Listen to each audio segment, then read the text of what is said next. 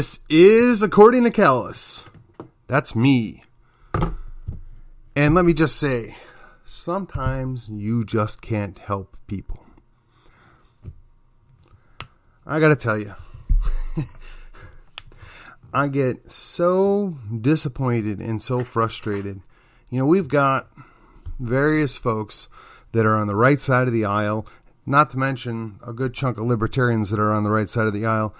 And boy, we spend more time chasing down and policing our own people for the slightest little infraction or embarrassment or, oh, you crossed a line, or, oh, that was a naughty word to say, than we do spend focusing on the people that seek to destroy us. Yeah, and it's not all of them, right? We all know that left to center, not every single one of them is an evil, terrible person. But we know who those folks are. We know what positions they usually hold, where they're at, and we are more worried about offending them and some of their friends than we are of holding to principles and holding the truth. And it just infuriates me that when these people, they come around and go,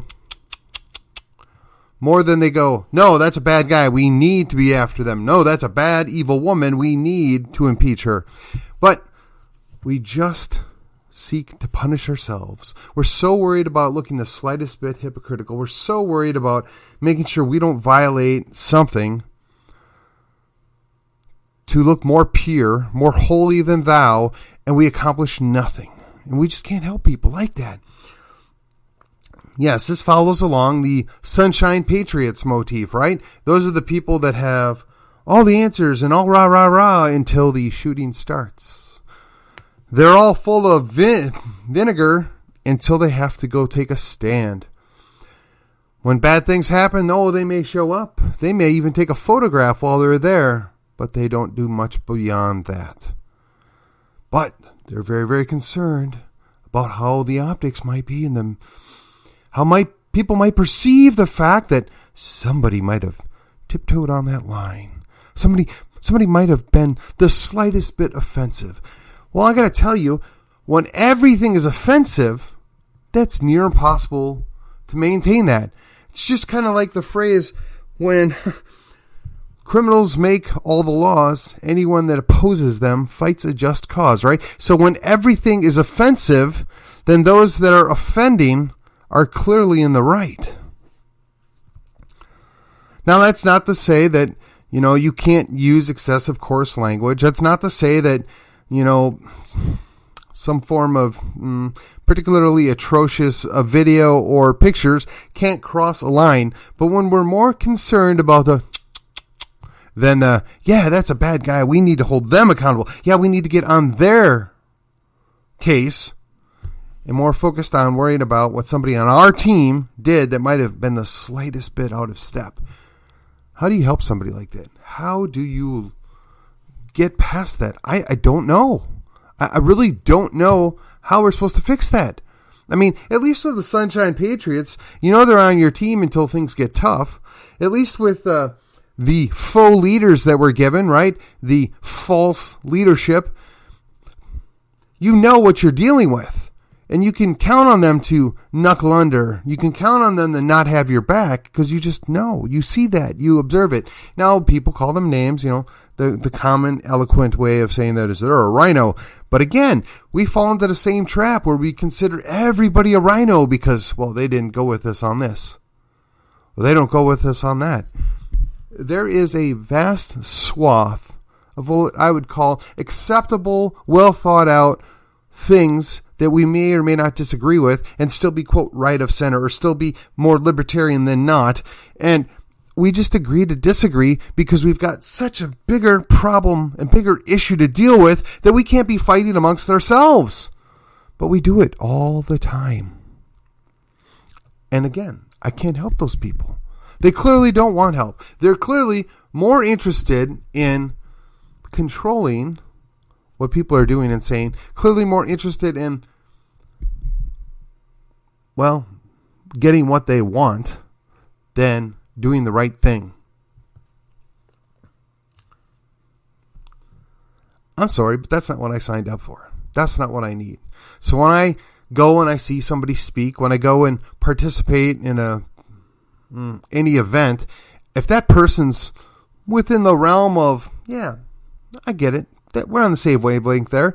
Maybe they misspeak. Maybe they misinterpret something here or there. Or maybe they say something that's not right, but it's not entirely wrong either. You don't worry about those things. Those aren't the things that you're going to throw down over. Those aren't the things that you need to fight over. Those are things that you pull somebody aside and you say, hey, I know you said this, or I know you think this, but if you considered this, well, what about that? Now, hey, don't get me wrong. It's all fun in social media to go after people, and even in public, right? You want to trash somebody because they said the wrong thing or they misspoke. Ooh, that's not helpful. The idea of always punching to the left comes to mind. When people go after people on the same team, that's known as punching right? Now, I know, maybe there's some of you that know that, well, the alt-right uses that term. Yeah, whatever. Take your alt-right and whatever. Shut up, go away. How about that? To borrow Brian McClanahan's retort. Just shut up and go away. If somebody's right, or if the idea is right, I really don't care where it came from. And you don't punch right. You don't attack people on your team. At least not publicly. Now, privately, you want to take them aside. You want to have a little talk and say, hey, maybe you shouldn't have done that. Maybe this crossed the line, or man, you should consider this in the future because of this, and this. I get that. That's all acceptable. It's part of growing up. That's part of crafting your message. It's part of putting a unified front out. But when you're going to undermine these people and attack them in a private or in a public manner, rather than meeting them in a private manner, you're not helping. Now, we bandy about the term Karen, which I have adopted the phrase Yankee, right? Also from Brian McClanahan, right? Those people that think that they know better than you how you should be running your life, or what's the better, most proper way to do things. And they feel obligated to make sure that you do that. I'll take a hard pass on that. Now, the funny thing is I probably am going to agree with whatever principle or whatever proposition they're putting out there as being the right thing, but in no way, shape, or form am I interested in forcing somebody else to comply with that. Just because you make somebody comply doesn't mean they agree with you. It doesn't mean they're on the same team. Indeed, you're building up your own enemies. You're empowering those that oppose you by forcing them to do things that they don't want to do. We see this all the time. I mean, look, it's no mystery to me how it is Afghanistan fell in 6 days or whatever it is. And, is there some blame for Joe Biden? Sure. Are we going to now drift into some national politics or international politics for a bit? Yes, but only from the standpoint of demonstrating. Donald Trump put a peace plan in place. It was evil, terrible. We can't hate it because it's Trump. Donald Trump had a timeline established. But, that's not good enough because it's Trump. Joe Biden takes over, right or wrong, and I still don't believe that was a legit election, but he's in the big chair. Right or wrong, he's in the big chair. He makes the decision to postpone the withdrawal. Postpone turning Afghanistan back over to the Afghanis. And then we're all surprised that they overreact, or I don't even want to call it overreact, that they behave in the way that they've behaved when we didn't do what we said we were going to do. So now, because this turned out about what we would have expected it to look like, right? It's now pile on Joe Biden, make Joe Biden look bad. Could he have done things better? Sure. Did he, maybe listen to bad advice? Absolutely. But the people to blame are the folks that got a bunch of decorations on their chest, a bunch of stars on their collars. They're the ones that messed this up. They're the ones that left our young ladies and our men over there to die or be brutally tortured or raped or whatever nasty, terrible thing happens. Not to mention all the scores and thousands of people that we've abandoned and set up for a bad situation. Hey, but don't worry. Those government leaders that we put in place that were corrupt as all get out, they got their money. They absconded from the place. And you know what? We'll probably set them up in a nice place where they have their millions of dollars to retire now that we've left. Now, again, the military knew exactly what they were doing, and their leadership chose not to disable or chose not to remove all that hardware. One can just only guess what their motivations were on this, but I would suggest to you that it was done on purpose. Maybe it was done to make Joe look bad. Maybe it was done because it was a payoff for the Taliban. Maybe it was done because they just don't care. Draw your own conclusions, because I don't know either. But it's terrible. But again, they're all blaming Joe. His own people are blaming Joe. Sleepy Creepy Joe, I don't honestly believe he had any idea what's going on there. I mean, the guy barely knows what day of the week it is, and we're going to blame him for the failures of the people that planned this stuff? Come on. But see, that's his own team attacking him. They're eating their own tail, if you will. But we on the right, we do the same thing. We that are supposed to be proponents of liberty, we're supposed to be the defenders of freedom, we do the exact same thing when somebody takes a step out of line, when they don't toe it, when they don't bow to federal supremacy, when they don't bow to judicial supremacy, when they don't agree with whatever came out of the Heritage Foundation or the Brookings Institute or whatever other fancy white paper that comes about that all the conservatives rally around.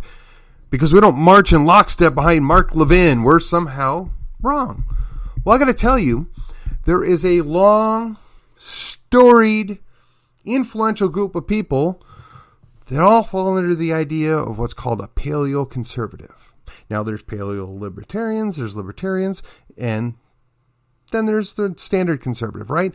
But now, all of our foreign policy is run by neocons. And the neocons, I mean, if you just listen to their name, it's a new con, right? Come on. They don't care. They're quote-unquote reformed leftists. Really? Do you buy that? The proof's in the pudding, as they say. Now, I got to tell you, I am in an awkward situation because the people that are over there in our uniform are owed a debt. We have a responsibility to bring them home. The flip side of that scenario is everybody that puts on that uniform understands that at some point they may have to give their life for their country in defense of whatever their country sent them to do. And honestly, our country has not done a good job of giving our young men and young women good things to go fight and protect for. Not for a long time. Now you could make the argument 20 years ago that we needed to go in and catch the bad guys pretty much in any country. And I would have gone along with it. Sure, absolutely. I mean, even Ron Paul voted to allow for that. But after that was done and you got the bad guy, why are we remaking an entire country? Why do we think we know better? Those people have been living that same way for a couple thousand years. What makes us think we can come in and reorg their country into something else? Talk about arrogance. And it's both sides of the aisle. It's the way it's done in D.C. Because, I mean, clearly they know better than every other state. They know better than every other governor and every other state legislature. So clearly they must know better than people that have been running that little country in the backwater of Asia, if you will. And I don't say that to be crude. Just, I mean, it's not on the forefront of anything, right? Except for maybe Poppy. But we're going to go in there and reorg it? Come on. Give me a break. Now, whether it's Western arrogance, whether it's the so-called white privilege arrogance, don't buy either of those per se, but it's definitely the neocon arrogance. The neocon arrogance that thinks that they know what's best for everybody everywhere. That is also known as Yankee arrogance. The Yankees know better. I mean, clearly they knew better than the South. They had to remake the South in the form of them. Didn't work out exactly how they designed. Clearly they had to remake most of Central America. That clearly didn't work out how they'd hoped. Well, but then again, I've heard people make the argument that everything is how they wanted it to be within reason. Now, that's a scary thought. I mean, anybody really think that we're all in a good place and that this is the best that it could be? Now, I know. I'm not advocating socialism or any form of collectivism. Let's be clear on that. But I just think as a community, we know better than what some group of guys or group of gals 600 miles away or 2,000 miles away or even 10,000 miles away know how to run our lives. There's a certain amount of resistance and community that builds up to that, and we can just say no. But again, the people that could be and should be working on this are more worried about policing their own people. But not from going off the reservation advocating some kind of socialist or progressive ideal. No, they're worried about maybe offensive behavior, something that might upset those progressives or those socialists. I mean, it's just like those folks down in Austin. They go down there, they meet together. Well, we're going to put this bill up. What do you think the Democrats are going to think? Who cares? The Democrats make up roughly a third of the legislature down there. Now, I know there's plenty of little lefty progressive Republicans. I get it. And a lot of them put a R after their name just so they can win the re-election, and they promptly screw over the people that sent them there. But the idea that we have to kowtow to what a group of people who aren't in control want or think is just ludicrous. As long as you're not abusing them, i.e., limiting their liberty, punishing them, creating capricious and arbitrary laws to be enforced upon people that have no other recourse, there's not a problem. But unfortunately, we all turn a blind eye to our local people that do the exact same thing. We all seem to be okay because it's the guy down the street or the guy on the other side of town that's doing this stuff to us. Well, we just got to go along to get along. But that's not okay either. Instead of worrying about somebody on our team maybe being off a degree or two on one thing or another, we need to focus on the larger, more aggressive, certainly more scary enemy on the other side. Now, yes, we need to watch because they are very good at infiltrating and infecting everything that they get their hands onto. I mean, the progressives have effectively ruined every bit of American culture at this point. And we've allowed it. We've stood there and watched it happen before our own eyes, and we did nothing about it. And we're on the cusp of reining them in just a couple places in one state. And we're worried about upsetting them. They're always upset. Anybody that opposes them, anybody that doesn't immediately kowtow, anybody that doesn't comply without question is their enemy. They know it and they take advantage of it.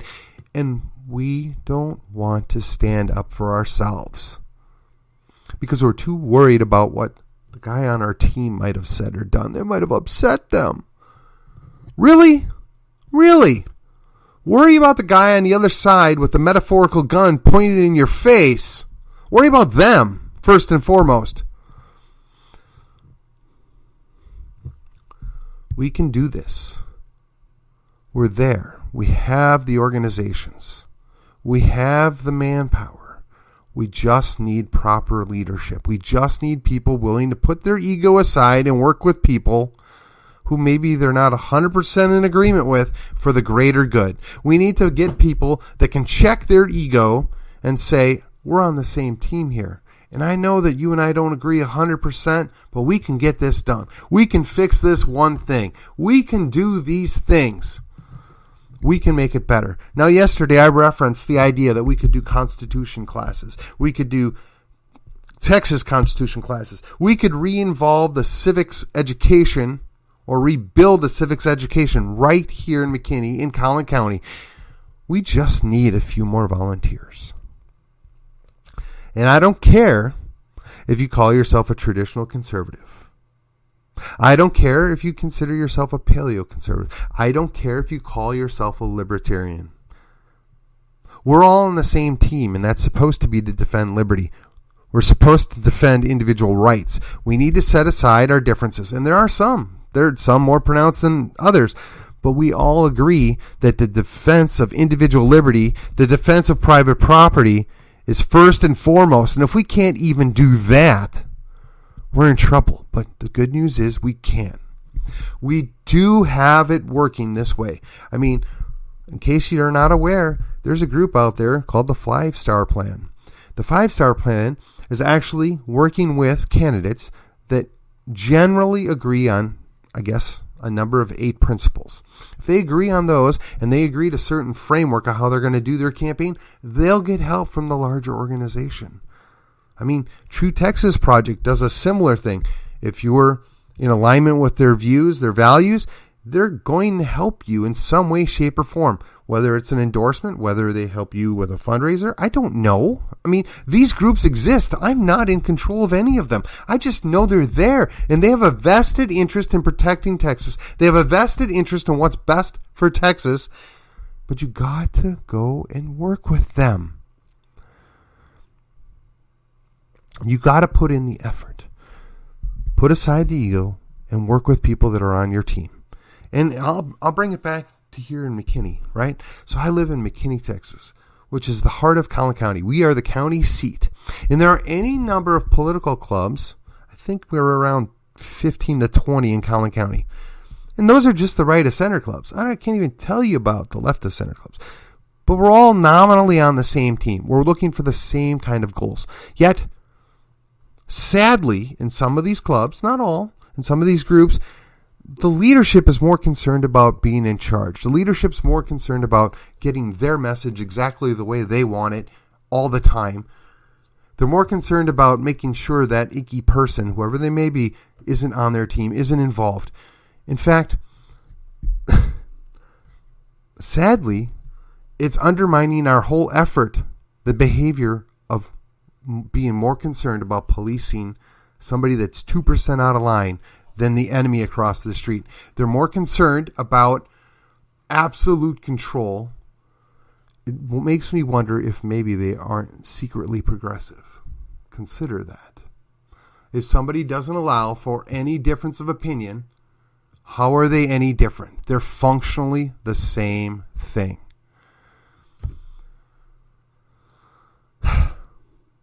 We can do better. The pieces of the puzzle are there. We just need to keep working on it. Find a club, find a team, get to work, show up, hit those city council meetings, hit those school board meetings, go visit the commissioner's court, get involved. We can make a difference. We can hold the line in Collin County. We can push back and help Denton and Dallas County eventually, but we've got to get our act together. We got to remember we're on the same team. We've got to make the most of this. And with that, this is According to Callis, and I will see you on the other side.